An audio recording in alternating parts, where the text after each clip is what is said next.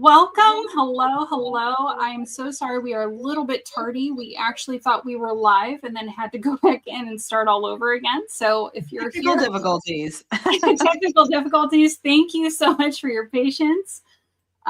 Let's go ahead and get started. Introduce myself. Hello, welcome back, everyone. My name is Melissa. I am the founder and executive director of Breezy Heart Foundation. I'm also a healer and facilitator, and it's so good to see familiar faces and welcome new ones as we continue our Anchor to Rise Mindset and Resilience series. And as we get started, please add any questions to the chat and we'll address those at the end of the session during our dedicated Q&A time. Hi, everybody. I'm Jill McKnight, founder and CEO of Locate Coaching and Speaking, and a trauma-informed life coach. It's absolutely wonderful to be here with you all again. Last time, we talked about when speaking up feels like a threat and how internal freezing and disappearing can quietly erode our trust in our own voices. If you weren't with us, no worries at all. Each session stands alone, offering a specific tool you can use right away. Today, we're really diving deep into a topic that touches almost everyone. The voice in your head isn't you. This session is all about understanding that critical inner voice, the one that whispers doubts, highlights your flaws, and sometimes even convinces you that you're not good enough, especially in your most important relationships. We'll explore how this voice operates, how it can be particularly loud in romantic partnerships, and how it impacts your sense of self-worth and connection. Most importantly, we'll introduce a powerful tool called the Critic to Coach Rewrite to help you reframe those harsh inner messages into compassionate support. Our core goal is to truly empower you to distinguish your true self from this learned internal critic and begin shifting its influence. Yeah, that inner critic, it's such a powerful force and it often feels like it is us, doesn't it? It truly does. And it's fascinating because this voice often developed as a way for our brains to try to protect us, sometimes from real or perceived threats to our social connections or safety. We often learned this early in life. But here's the key: it's usually a collection of old messages and fears designed to protect you from potential failure or rejection by keeping you small or afraid to take risks. In romantic relationships, this voice can be especially tricky because it taps into our deepest fears of rejection or not being loved for who you truly are. It can make us question our partner's intentions, blow small moments out of proportion, and even push us to self sabotage connection. It's like an overprotective guard that actually prevents the very connection it claims to safeguard. It does. And just a quick heads up, this session will touch on moments of internal self-doubt and relationship dynamics that might be activating for some. So please take care of yourself however you need to. You can step away, breathe, take notes. I mean, whatever feels supportive to you. And also, as we move through some of our reflection exercises today, it can be helpful to have a pen and paper or like a digital note-taking tool handy. And having like a dedicated space to jot down your thoughts can really enhance your experience during this session. And you're absolutely welcome to participate in the exercises or simply listen along. Remember, this is a space for exploration, not judgment.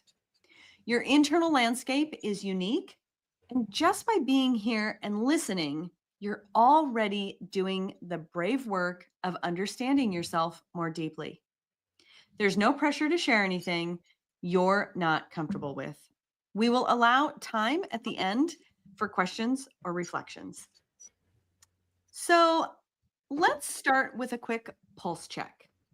Drop a red heart in the chat if you've ever had that inner voice tell you something really harsh about yourself, especially after a small disagreement or moment of vulnerability with a partner or close loved one. Or drop a red broken heart if that voice makes you feel like you have to put on a front or perform to be loved or accepted. Just a simple check-in to see what's landing for you. All right, thank you for your reflections. Yeah, and that really leads me into my next question about the inner critic. I mean, we all have one, and it shows up differently for everyone. So let us know in the chat, how often does your inner critic speak up?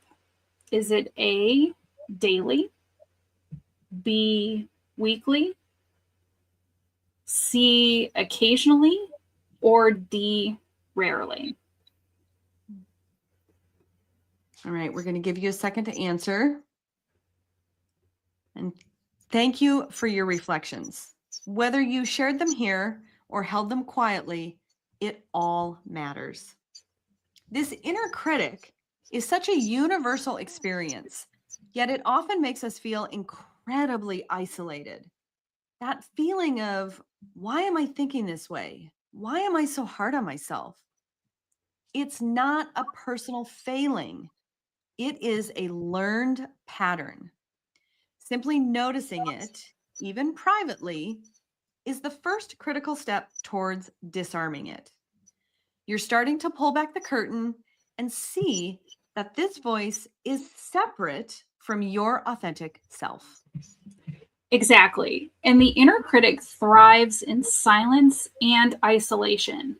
And sometimes it's so ingrained, it's hard to even pinpoint it. And that's why we're here today, to help you identify its characteristics and provide tools to respond differently. And this isn't about eliminating the voice entirely. It's about changing your relationship with it.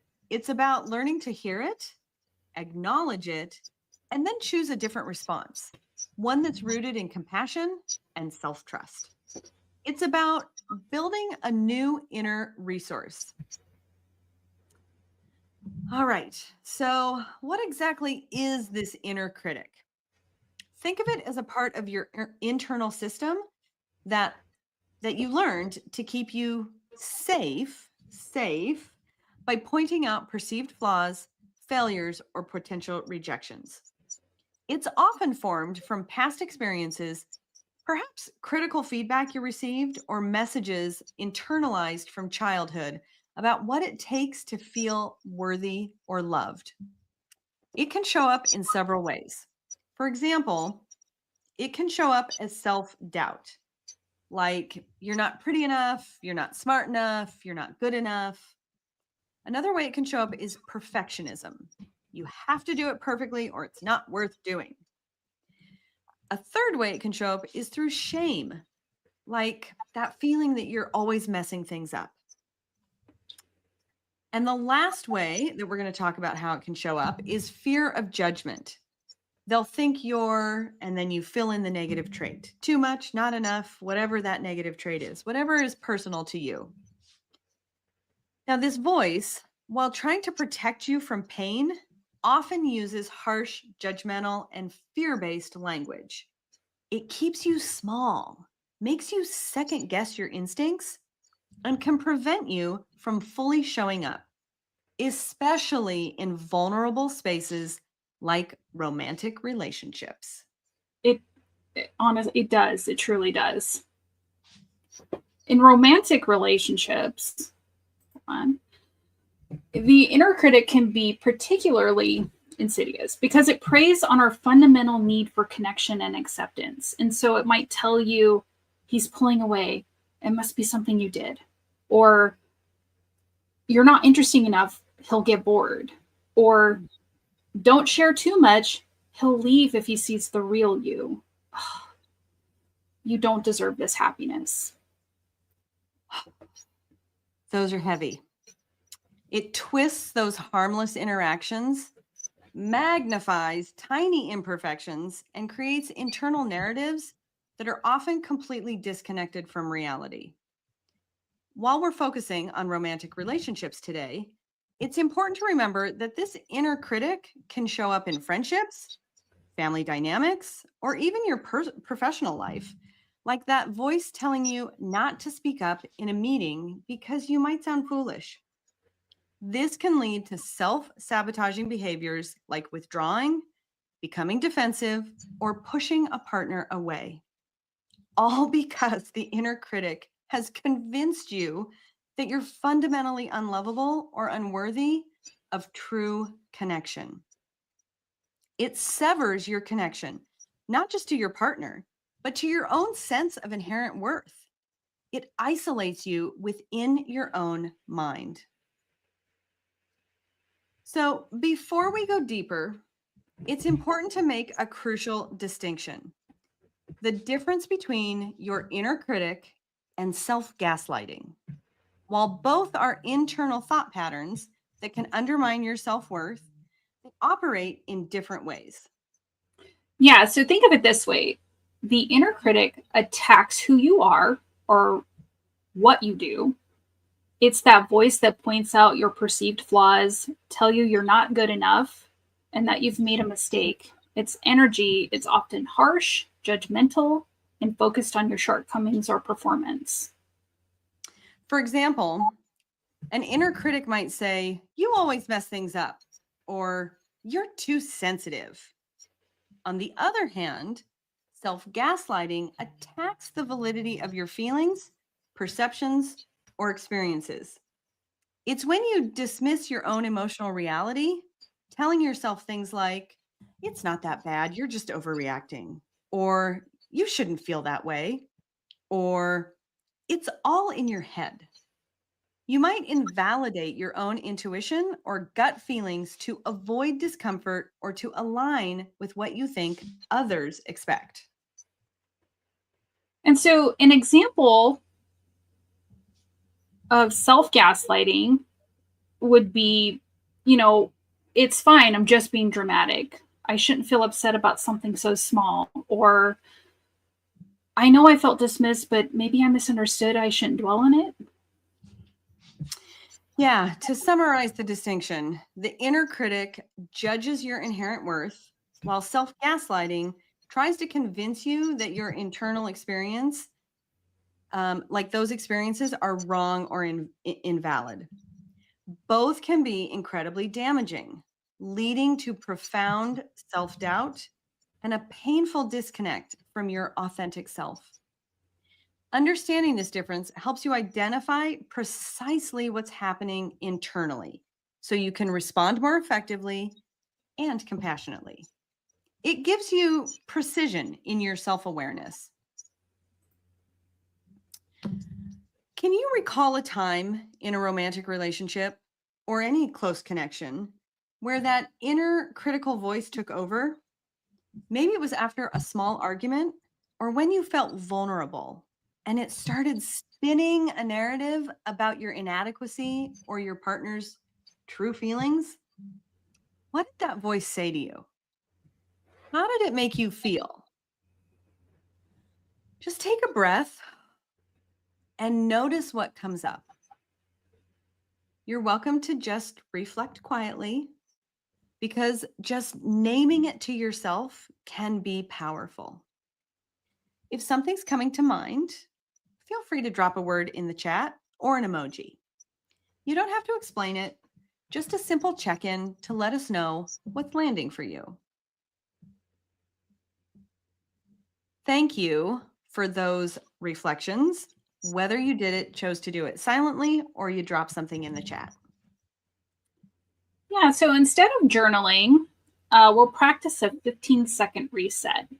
When the critic shouts, this brings you back to your true self. And so the first thing you want to do is place your hand gently over your heart and breathe in 1, 2, 3, 4, and breathe out 1, 2, 3, 4. And whisper, "This touches me. The voice is just noise." And hand down when ready. We'll do this for 15 seconds. Do the exercise. Breathe in 1, 2, 3, 4, and out 1, 2, 3, 4. Thank you to those who are engaging. And if you're just sitting with it quietly, that's okay too. Recognizing these patterns is the first step towards profound change. It's an act of self-awareness and courage. And it's so important to remember this voice is not your truth. Exactly. It's a highly intelligent, albeit misguided, defense mechanism. When you can externalize it, see it as the voice rather than me, you can create a crucial space for healing and self-compassion. You become the observer rather, not the victim of your thoughts. So, what emotion does the inner critic most often trigger for you? Is it shame or fear, anxiety, sadness, anger, or something else? So now let's bring this story to life. This scenario that I'm going to read will illustrate exactly how the inner critic can hijack our perceptions, especially in sensitive spaces like a romantic relationship.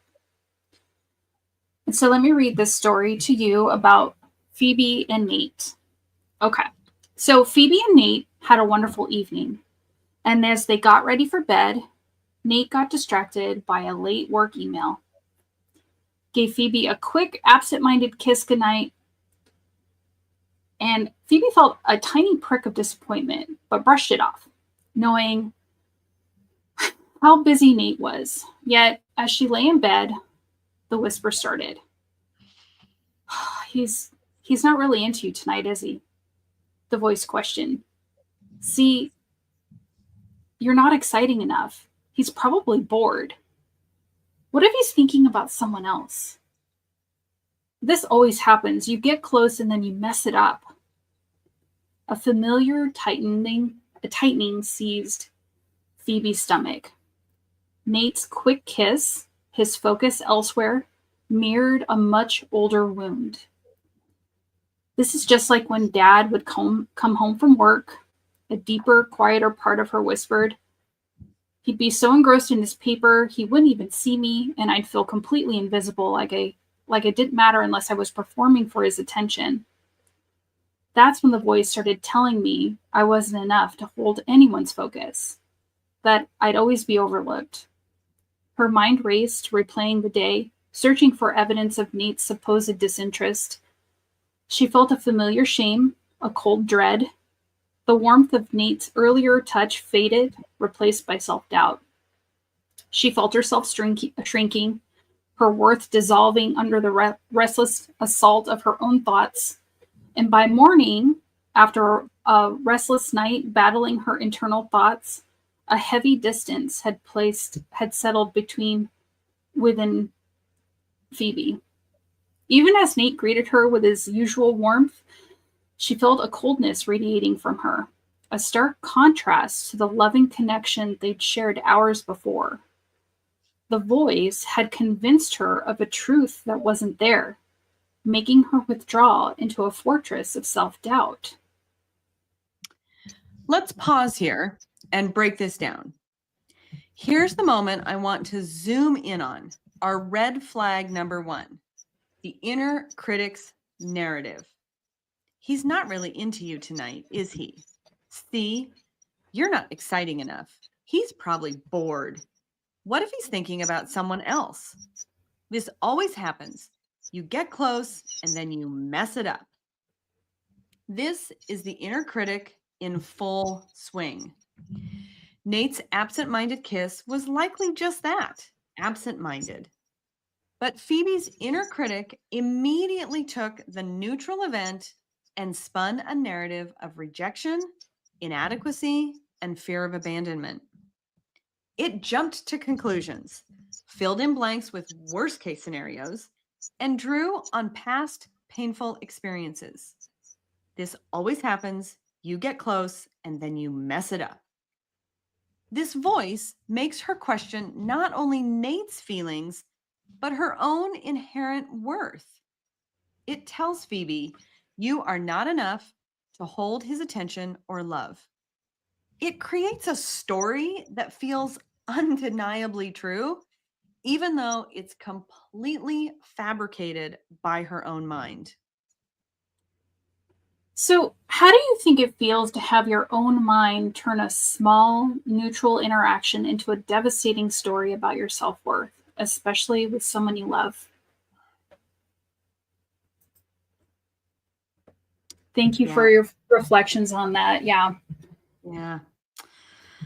Now let's look at red flag number 2, believing the false narrative and its impact. Next, let's look at the result of that internal critical spiral. By morning, fueled by a restless night and her internal critic, Phoebe felt a cold distance towards Nate, even though he greeted her with his usual warmth. The voice had convinced her of a truth that wasn't there. Phoebe allowed the inner critic story to become her reality. The critical voice wasn't just a thought, it manifested as a physical and emotional distance towards Nate, despite his consistent affection. This is the danger. When we believe the inner critic, it changes our perception, our emotions, and ultimately then our behavior.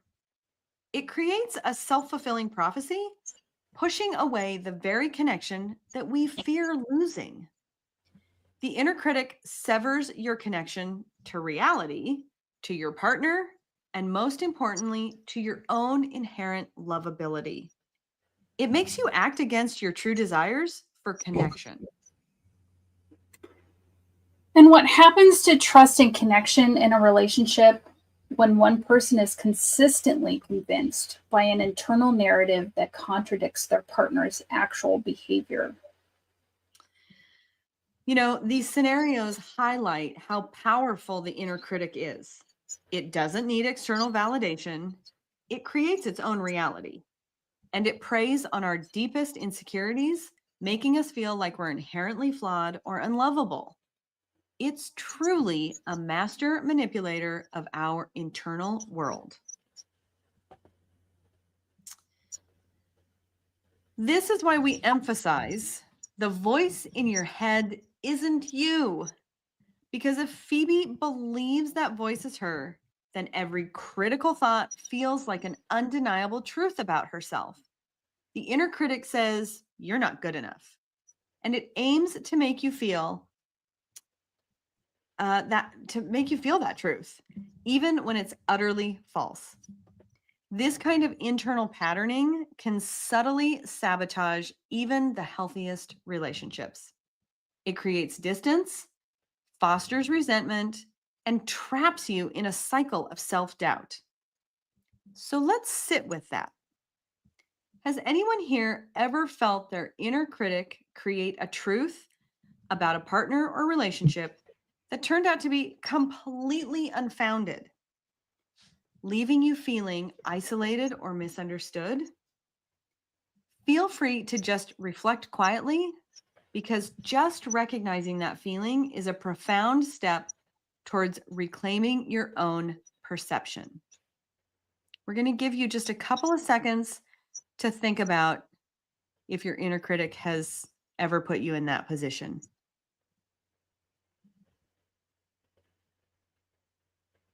All right. Thanks everybody for your quiet reflections. Yeah, so if this resonated, please take another 60 seconds to jot down one false truth your inner critic has created for you in a relationship and how it made you feel. This is a moment for personal reflection, so feel free to write freely without worrying about structure or grammar. You can consider things like, what was the specific false truth? your inner critic presented, such as like, I'm not lovable, I'm always a burden, they will eventually leave me. And how did this false truth make you feel emotionally and physically? So, did it make you feel small or anxious, withdrawn, like, or have like a knot in your stomach?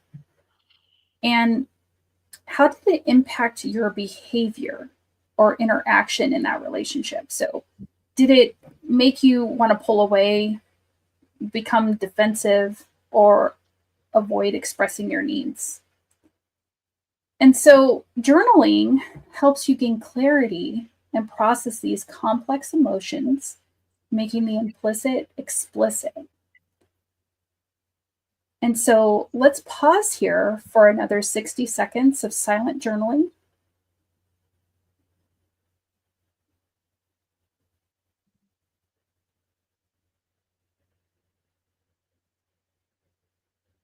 Okay. All right. Thank you. That's why we're here. Today's core takeaway is this. When your system repeatedly allows an inner voice to diminish your worth or twist reality, it's not about your flaws. It's a learned pattern.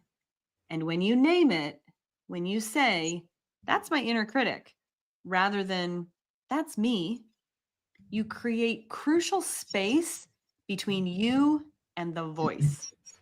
You begin to dismantle its power. We'll keep practicing that skill as we go because it's a muscle that strengthens with use.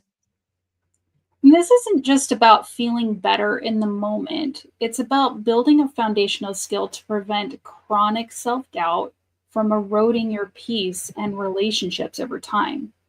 This is a true secondary prevention for your well being, meaning it's about intervening early to prevent chronic self doubt from becoming a deeper, more entrenched struggle over time. Yeah. And so now that we've identified how our inner critic can operate, let's look at a powerful tool to begin shifting its influence and transforming its message into something supportive and compassionate. Yeah, thank you, Melissa. This tool is going to help you intentionally reframe the harsh, judgmental statements of your inner critic into constructive, compassionate, and empowering messages, as if a wise coach were speaking to you directly. It's about fundamentally changing the tone and content of your internal dialogue from one of harsh judgment to one of gentle guidance. This is the practice.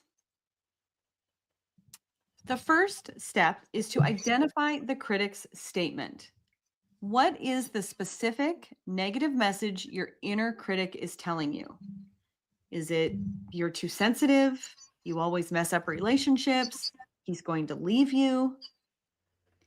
The second step is to acknowledge and detach. So notice the thought without judgment. I hear you, old critic. That's an old fear trying to protect me. Remember, it's a voice, it's not you. This step creates critical distance. And the third step is rewrite as a coach's statement. So, how would a compassionate, wise, and supportive coach talk to you in that exact moment? What truth or encouragement would they offer? The critic is going to say, you're too sensitive. Nate will get tired of it. Whereas a coach is going to say, your sensitivity is a strength that allows for deep connection. Let's find ways to express your feelings that build understanding. It's a gift, not a flaw. Another example, the critic says, you always mess up relationships. This one is doomed. Whereas a coach would say, all relationships have challenges, and you're learning and growing through every single one of them. Every experience teaches you more about what you need and how to connect effectively. You're evolving. A third example, where the critic would say, he's bored with you. The coach is going to tell you it's natural to have fears, but let's focus on the present moment and the genuine connection you have. If there are concerns, you can address them from a place of calm and curiosity, not fear-based assumptions. You know, this practice is incredibly transformative because it doesn't ignore the difficult thoughts that you have, but it intentionally interrupts their power. And so what it does is it retrains your brain to offer self-compassion and builds internal resources, allowing you to approach challenges and your relationships from a place of strength and deep self-acceptance. And it empowers you to choose how you respond to your own thoughts, giving you agency over your internal narrative. We've seen this tool create incredible shifts for our clients. One shared with us, for years, I believed my inner critic was my truth. Using the Critic to Coach rewrite was finally like having a supportive friend in my own head, and it totally changed how I showed up in my marriage.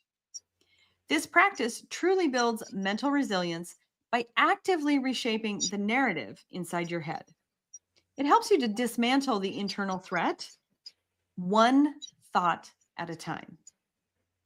Let's take a moment to think about what kind of coaching statement you could offer yourself the next time your inner critic speaks up. Put it in the chat. What's one critical thought you hear often, and how would your inner coach rephrase it? We'll just take 1 second to have everybody put their answers in the chat. All right. Thanks, everybody, for doing that. So we've got some key takeaways from today. The first one is your inner critic is not your true voice. We learn to recognize that the critical voice you hear is often a survival strategy, not your authentic self speaking. Another takeaway, understanding the distinction. We explored the crucial difference between the inner critic and self-gaslighting, helping you to accurately name the internal experience that you're having. A third takeaway, reframing is powerful. You gained a concrete tool to challenge and reframe critical thoughts into compassionate, supportive, internal coaching statements. And one last takeaway is that self-compassion is key. Cultivating a kinder inner dialogue builds resilience and empowers you to approach challenges from a place of strength and self-acceptance. Okay, so let's revisit Phoebe, our character from earlier, and see how she could apply this critic to coach rewrite tool in a slightly different scenario. And so a few days later, Phoebe was feeling really good about a project she completed at work. She excitedly told Nate about her success, hoping to share her joy. Nate, however, was preoccupied with his own stressful day and responded with a brief, "That's nice, honey," before quickly changing the subject to his own issues. Instantly, Phoebe felt a familiar pang. That internal whisper began, "See, it's never about you. You're always less important. Your achievements don't really matter to him. You're just not significant enough to hold anyone's attention." This thought, rooted in her childhood feeling of invisibility when her dad was preoccupied, threatened to send her spiraling into self-doubt and withdrawal, just like before. And in this moment, Phoebe has a choice. She can let the inner critic take over and create distance, or she can apply the tool just as we learned. Let's imagine Phoebe pauses, takes a breath, and consciously engages with the critic to coach rewrite. Here's how Phoebe might apply the tool. Identify the critic's statement. My achievements don't really matter to him. I'm just not significant enough to hold anyone's attention. That second step, acknowledge and detach.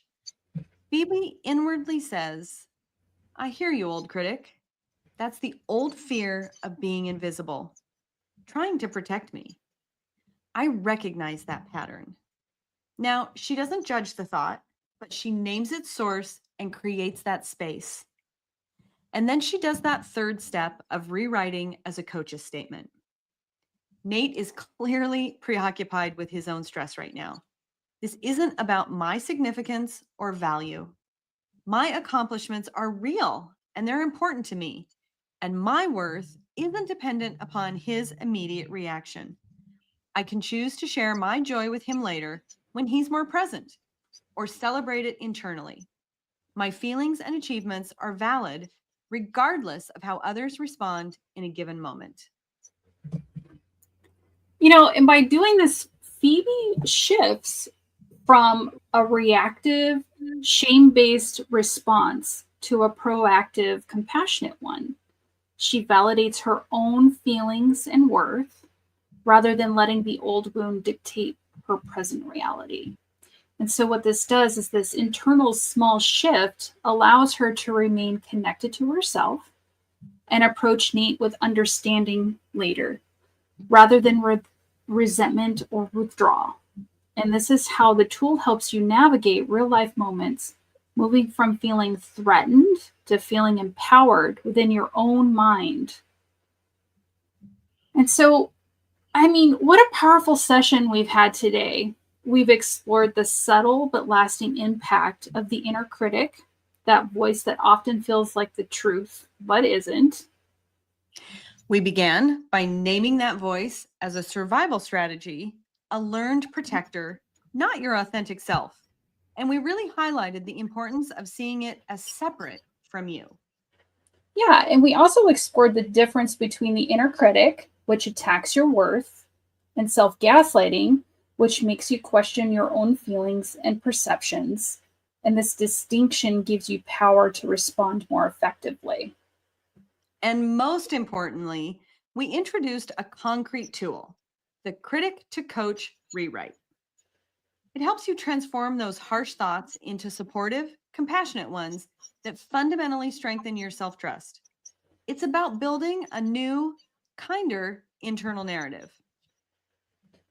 Yeah, and so at the heart of today's work, it really is all about self-compassion. And when you shift how you speak to yourself, you begin to live with more ease and more resilience and more confidence, and you really return to who you truly are.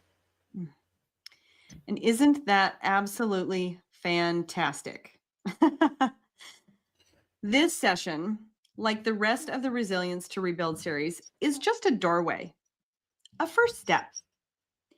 If this work speaks to you, if something inside you is waking up, we invite you to go deeper with us in the full Anchor to Rise coaching program.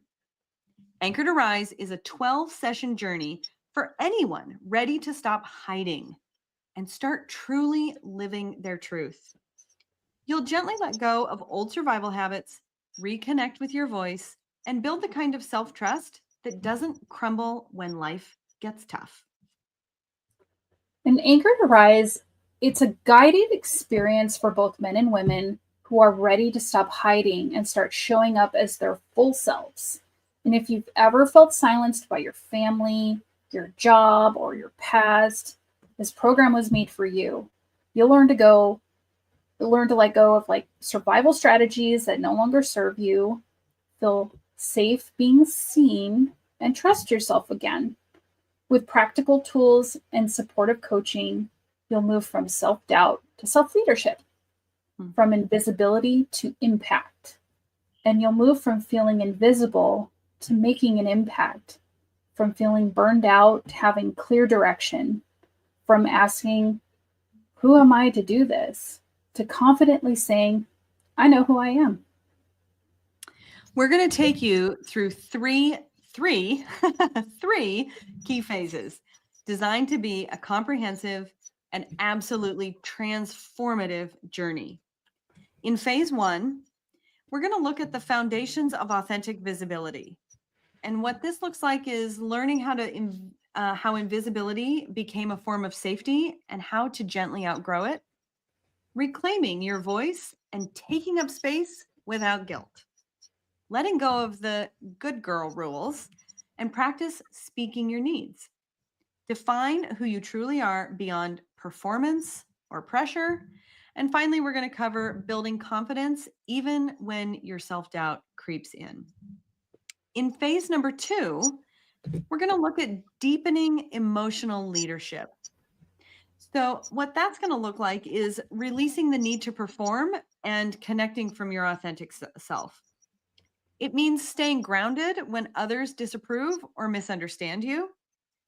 And finally, replacing that constant struggle with more ease, flow, and clarity.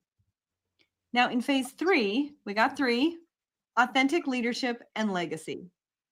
And the things we're going to focus on there are learning to trust yourself in uncertainty and make aligned choices, using your voice to create meaningful change in your life and beyond, inspiring others just by being your true self. That ripple effect begins with you. And finally, in this phase, we're going to talk about crafting a legacy that reflects your purpose and your values. This program helps you heal, grow, and become more confident in who you are. If you're ready to continue this work and build a life that feels like it's truly yours, we invite you to join Anchor to Rise. And so don't miss out on updates and future program dates. Join our email list to be notified when new dates are announced, and you can reach out to us anytime. We'd love to connect with you. We've covered a lot today, and we really want to open the floor now. What stood out to you most? Did anything surprise you? Or maybe something you hadn't named before became clearer? Feel free to leave us a note in the chat. We're here for your reflections, your insights, and your questions. All right, we're going to take a moment or two to pause and see what bubbles up. No rush at all.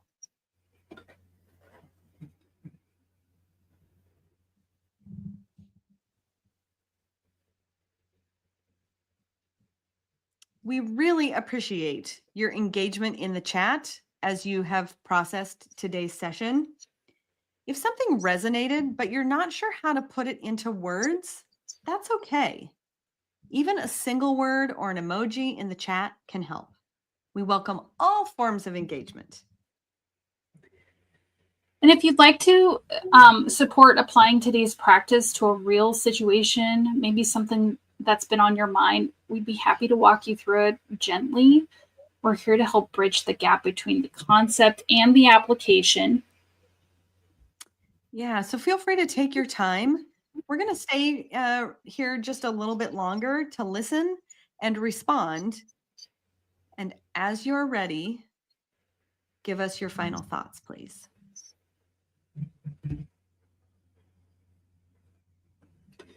So thank you for being here and for your willingness to lean into this work. Just recognizing these patterns, it's a huge step towards change. It's the very foundation of change. And when you begin to separate your true self from that inner critic, you're already on your way to a more authentic and empowered life. Keep practicing that critic to coach rewrite.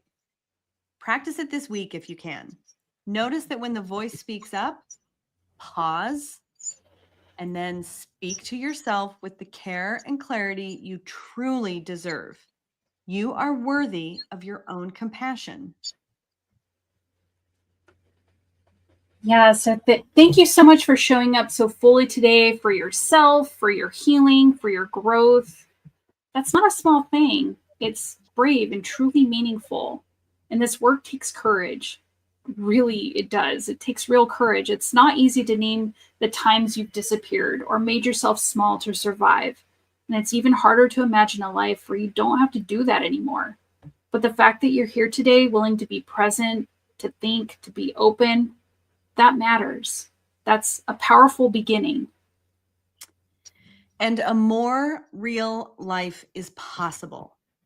And it doesn't need big, dramatic changes. It starts with small, steady moments. Moments like this. Each time you pause to notice what you need, each time you choose to speak kindly to yourself instead of silencing your truth, each time you take up just a little more space than you did the day before, you are rewriting your story. So, as we finish here today, I want you to remember this, not just as words, but as a living reminder. You are allowed to take up space, even if you're still learning how, even if your voice shakes a little, even if you're not sure. Your presence matters, your needs matter, and your truth is worth honoring. We're so grateful you joined us. We hope today gave you something real to hold on to, something that helps you feel grounded and reminds you that rising starts right here. Your rise matters, and we'd love to support you along the way. Be sure to check out our other free sessions and group coaching events by signing up for our free emails. And so we'll leave a link for our email sign up in the chat for you, and you can also find it in the video description below. Thanks everyone for watching, and we'll see you next time.